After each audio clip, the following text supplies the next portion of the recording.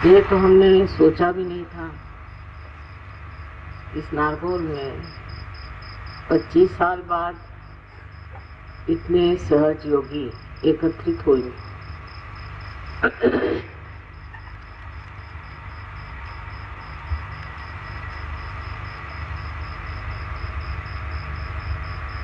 जब हम यहाँ आए थे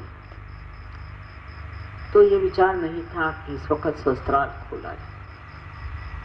सोच रहे थे कि अभी देखा जाए मनुष्य की क्या स्थिति। मनुष्य अभी भी उस स्थिति पे नहीं पहुंचा जहाँ वो आत्म साक्षात्कार को समझ। हालांकि इस देश में साक्षात्कार की बात अनेक साधु संतों ने सिद्धों ने की है और इसका ज्ञान महाराष्ट्र में तो बहुत ज्यादा है। कारण यहाँ जो मध्य मार्गी थे, जिन्हें नाथपंथी कहते हैं, ये नाथ लोग, उन लोगों ने आत्म कल्याण के लिए एक ही मार्ग बताया था, आत्मबोध का। खुद को जाने बगैर आप कोई भी चीज प्राप्त नहीं कर सकते। ये मैं भी जानती थी, लेकिन उस वक्त जो मैंने मनुष्य की स्थिति देखी वो बहुत विचित्र थी कि वो जिन लोगों के पीछे भागते थे उनमें कोई सत्यता नहीं, उनके पास सिवाय पैसे कमाने के और कोई लक्ष्य नहीं। और जब मनुष्य की स्थिति ऐसी होती है जहाँ वो सत्य को बिल्कुल ही नहीं पहचानता, उससे सत्य की बात कहना बहुत कठिन। और लोग मेरी बात क्यों सुनेंगे? बार बार मुझे लगता था कि अभी और भी मानव को बढ़ना चाहिए, किंतु मैंने देखा कि कलयुग की बड़ी घोर यातनाएं लोग भोग रहे हैं।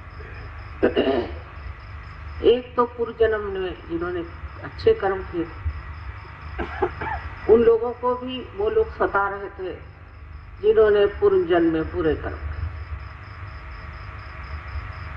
उसमें ऐसे भी लोग थे जो पूर्व जन्म के कर्मों के कारण बहुत त्रस्त थे, बहुत तकलीफ हुई। और कुछ लोग ऐसे थे कि जो वही पूर्व जन्म के कर्म लेकर के राक्षसों जैसे संसार में, और वो किसी को छलने में, सताने में, उसकी दुर्दशा करने में कभी भी नहीं सकते। तो दो तरह के लोग तो मैंने देखे खास, एक जो पीड़ा देते हैं और एक जो पीड़ित। अब ये सोचना था कि इसमें से किसकी ओर नजर पर। जो लोग पीड़ा देते थे उस बहुत अपने को सोचते थे कि वह संपूर्ण इंसान, परफेक्ट। उनमें यह कल्पना ही नहीं थी कि वो दूसरों को तकलीफ दे रहे, परेशान कर रहे। और दूसरे जो लोग पीड़ित थे वो बर्दाश्त कर रहे थे, शायद मजबूरी की वजह से हो, या उनको कभी भी ये मालूम ही नहीं था कि इस तरह की जो किया करता है उसका प्रतिकार करना चाहिए, उसका विरोध करना चाहिए। उस वक्त यही सोच रही थी कि मनुष्य कब ये सोचेगा कि हमें बदलना, हमारे अंदर एक परिवर्तन आना, क्योंकि दोनों भी अपने तरह से खुद को समझा बुझा कर चुके।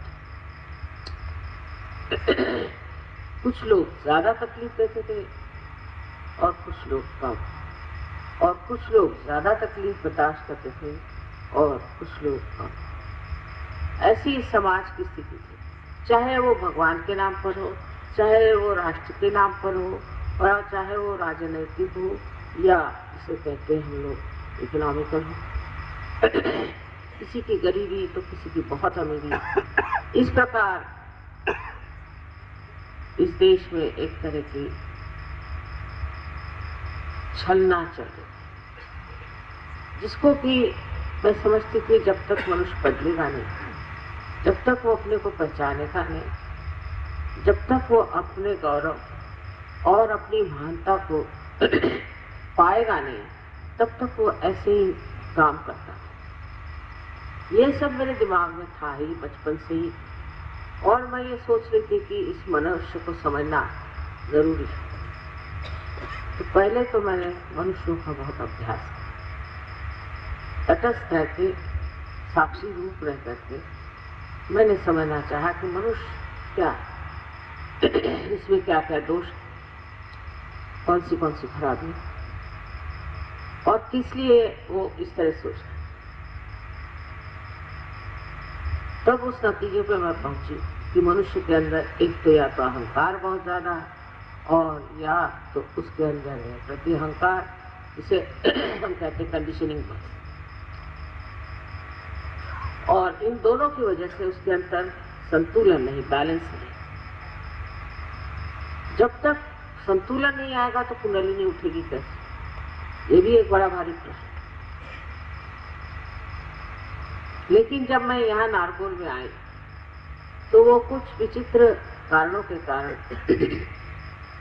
एक बहुत दुष्ट राक्षस यहाँ पर एक अपना शिविर लगाए बैठे, और उसने हमारे पति से तय करके कहा कि उनको जरूर भेजिए, उनको जरूर भेजिए। मुझे वो आदमी जरा भी पसंद, तो भी पति के कहने से मैं आई, और जिस बंगले में अभी रह रही शायद उसी में वास्तविक है, वहीं रहे। उससे पहले दिन की बात है कि मैं जब एक पेड़ के नीचे बैठे देख रही थी इनका तमाशा, तो मैं हैरान हो गई। ये महाशय सबको मंत्रित करके मेस्मराइज कर रहे थे। कोई लोग चीख रहे थे, कोई लोग कुत्ते जैसे भौंक रहे थे, तो कोई जो है शेर जैसे बड़े दहाड़ रहे थे। मेरी समझ में आ गया कि इनकी पूर्व योनियों में ले जा रहा है, और इनके जो कुछ भी सुप्त चेतन है, जिसे हम कहते हैं सबकॉन्शियस माइंड, उसको जगाना। तब मैं घबरा गई। मैंने ऐसे बहुत झूठे लोगों को भी पहले देखा था। ये करते क्या है, ये तो पता होना चाहिए ना कि ये करते क्या है, किस तरह से क्या धंधा करते हैं। और इन सबको मैंने एक चीज से देखा कि ये बड़े भयभीत लोग, इनके साथ बंदूकें रहती थी, इनके साथ इनके गार्ड्स रहते थे। मैंने सोचा कि अगर ये कोई परमात्मा का कार्य करते हैं तो उन्हें इन सब चीजों की जरूरत है। और बेतहाशा पैसा लूटे, करोड़ों में इन्होंने पैसे लूटे लोगों से, झूठ बोल। तो ये तो दो बातें मेरी नजर में आई, और मैंने सोचा ये तो कलयुग की ही महिमा है कि ऐसे दुष्ट लोग अब भी पनप रहे हैं। तब इसका इलाज यही है कि मनुष्य की जो चेतना है जागरूक हो, उसके अंदर सुबुद्धि आ जाए, और वो समझ ले कि ये सब गलत चीज है, और ये सब करने से कोई लाभ नहीं। इसलिए मैंने ये देखा कि जिस समाज में मैं रहती थी, उस समाज में लोग हर मिनट ऐसा काम करते थे जिससे उनका नाश हो, जैसे शराब पीना, औरतों के पीछे भागना, और तरह तरह की चीजें, और बहुत ही ज्यादा पैसे का लगाव उन लोगों में। और बात करते वक्त वो लगता नहीं था कि वो नेचुरल बात कर रहे, कुछ अजीब सा बंठन के ड्रामा करके बात कर। मैं सोचती थी मनुष्य को क्या होता है, ऐसे क्यों गुलामी में फंसा हुआ है और इस तरह के गलत काम कर रहा है। लेकिन मैं किससे करती, मैं तो बिल्कुल अकेली। उस वक्त जब हम यहाँ आए तो यही मेरी एक उलझन थी कि क्या किया। यहाँ आने पर जब मैंने देखा कि ये राक्षस लोगों को मेस्मराइज कर रहा था, तब मेरी समझ में आया कि अब अगर संस्कार नहीं खोला गया किसी तरह से, तो न जाने लोग कहाँ से कहाँ पहुँच जाएंगे। और इनके जो असर है इससे, जो साधक हैं, जो परमात्मा को खोज रहे हैं, सत्य को खोज रहे हैं, न जाने कहाँ जाकर पहुंचे। तब जब देखने के बाद दूसरे दिन सवेरे मैं रात भर वहीं समुद्र के किनारे रही, अकेली थी, बड़ा अच्छा लगा, कोई कुछ कहने वाला नहीं। और तब मैंने ध्यान में जाकर अपने अंदर देखा और सोचा अब शस्त्रार्थ खुला गया। और जैसे मैंने इच्छा की कि अब शस्त्रार्थ का ब्रह्मरंध्र खुल जाए, ये इच्छा करते ही कुंडलिनी को मैं अपने अंदर देखती क्या हूँ कि जैसे टेलीस्कोप होता है उस तरह से वो खट खट खट खट खुलती हुई ऊपर चली। उसका रंग ऐसा था जैसे ये जितने भी यहाँ पर आपने ये लगाए हुए हैं इन सब दियों का रंग मिला लीजिए इस तरह, जैसे कि जब लोहा तपता है तो उसका रंग होता। और तब मैंने देखा कि उसके अंदर उस कुंडलिनी का जो बाहर का यंत्र था उस तरह से खुलता गया। हर एक चक्र पे खट खट आवाज आई और कुंडलिनी ने जाकर और ब्रह्मरंध्र को छेद दिया। सो मेरे छेदने की तो कोई बात नहीं थी, लेकिन मैंने देखा कि विश्व में अब बहुत आसान हो जाए। और उस वक्त मुझे ऐसे लगा कि ऊपर से जो कुछ भी शक्ति थी वो मेरे अंदर पूरी तरह से एक ठंडी हवा जैसे चारों तरफ से आता।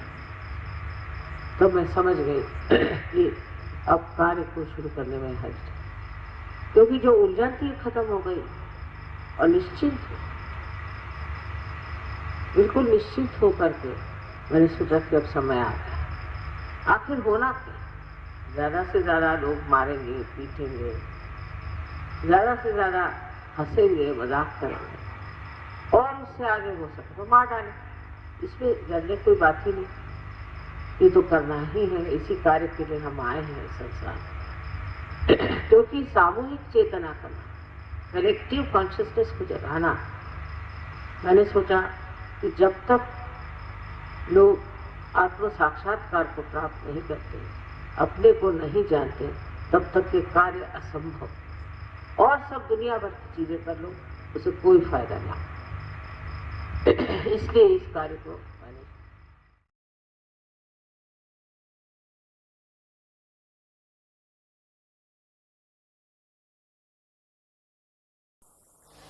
आप लोग सब मेरी ओर इस तरह से हाथ करके बैठे।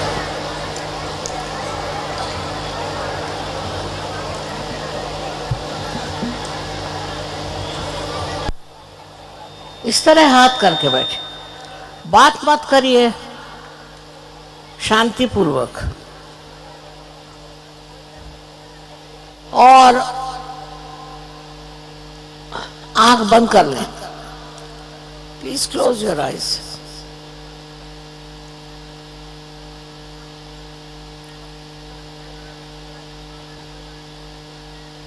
आंख बंद करिए।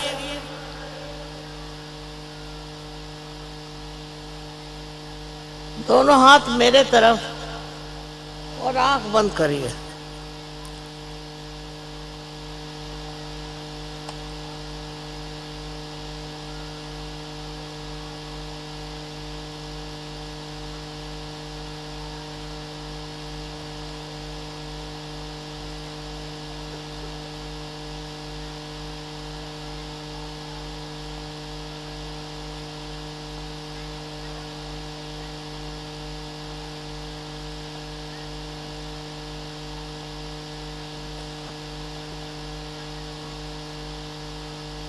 और अब कहिए आंख बंद करके कि श्री माता जी, हमको कृपया आत्म साक्षात्कार दीजिए।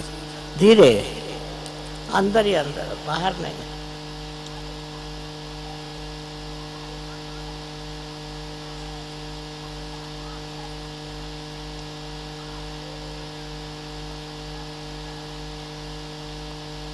मन में कहिए, मन में।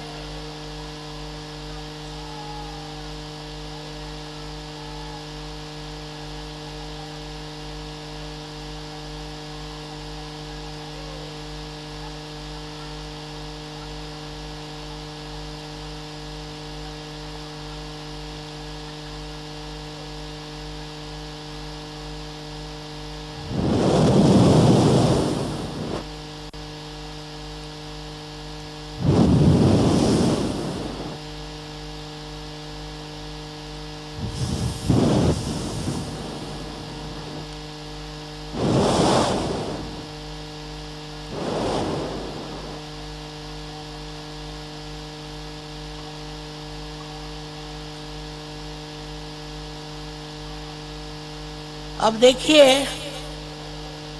कि आपके हाथ में आंख बंद रखें, ठंडी ठंडी हवा तो नहीं आ रही या गरम गरम भी आ रहे हो?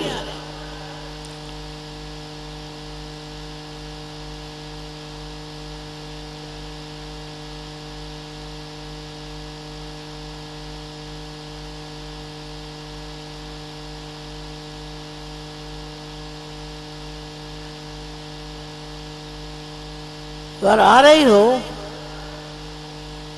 तो हमारी ओर राइट हैंड करें और लेफ्ट हैंड सर पे रख के देखें कि सर में से तो नहीं आ रही ठंडी ठंडी हवा। लेफ्ट हैंड हमारी ओर करें और राइट हैंड से देखें कि आप में सर में आ रही क्या ठंडी ठंडी हवा।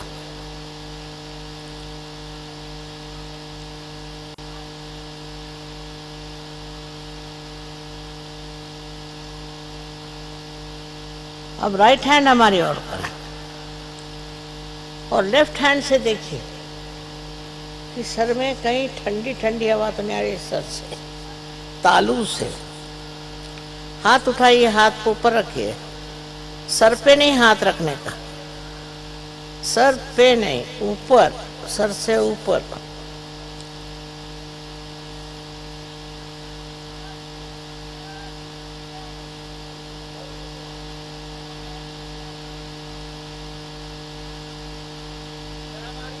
आ रही, गरम आ रही, अच्छा आ जाएगी ठंडी, और रखे रहो, ऊपर रखो हाथ।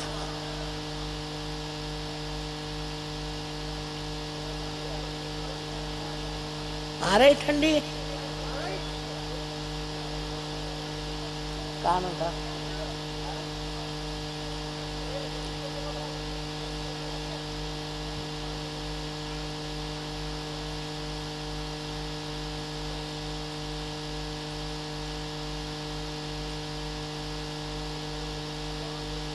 गरम बात इसलिए है कि अभी आपके अंदर ठंडक नहीं आई।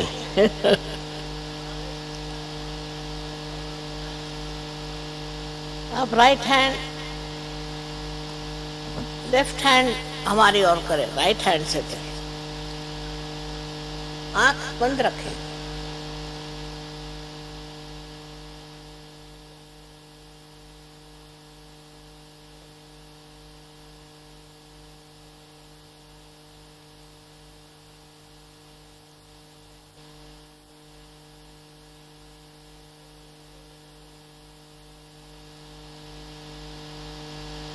अब फिर से राइट हैंड मेरी ओर और लेफ्ट हैंड से देखिए।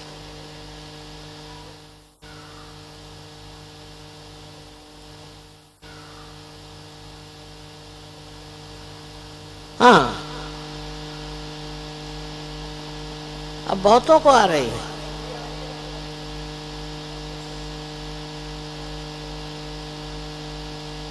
अब दोनों हाथ मेरी ओर